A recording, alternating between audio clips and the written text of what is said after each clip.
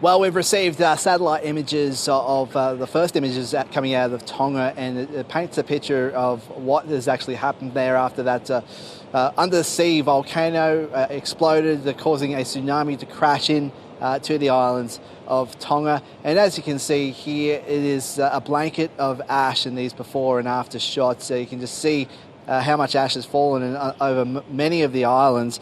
And there's concerns now really about the drinking water and just how toxic that could become from this ash that is falling. There is still groundwater available, which obviously would be safe, but water will be a priority. Also crops as well, and housing for people, because we know that hundreds of homes have been destroyed in this. In fact, on one island, every single home has been destroyed from the tsunami.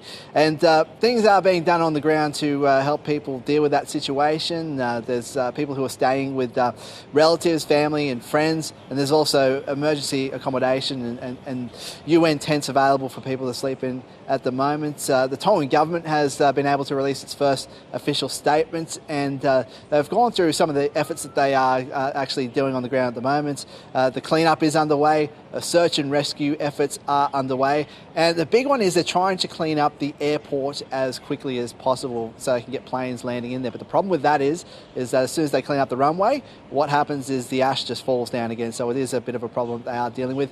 Locally here in Australia and in Brisbane, the Tongan community, it has been frustrating for them because they haven't been able to speak with loved ones because the telecommunications lines are down there from this fibre optic cable that ran underwater has been severed, and it will be a couple of weeks before that is fixed. So some in the Tongan community are turning to Tongan media where they can actually communicate with each other through that. And I spoke to Sully Late. He is from Pacifica TV and radio, and he spoke about how it has been an outlet, his network has been an outlet for many in the Tongan community.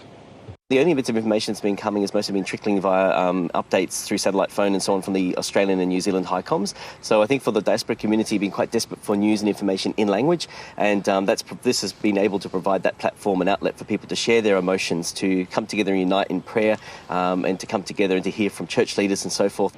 New Zealand authorities have confirmed that 3 people have died, but with an island nation of 169 islands, a population of around 100,000 people, it could be days before we learn the real story about what has happened in Tonga.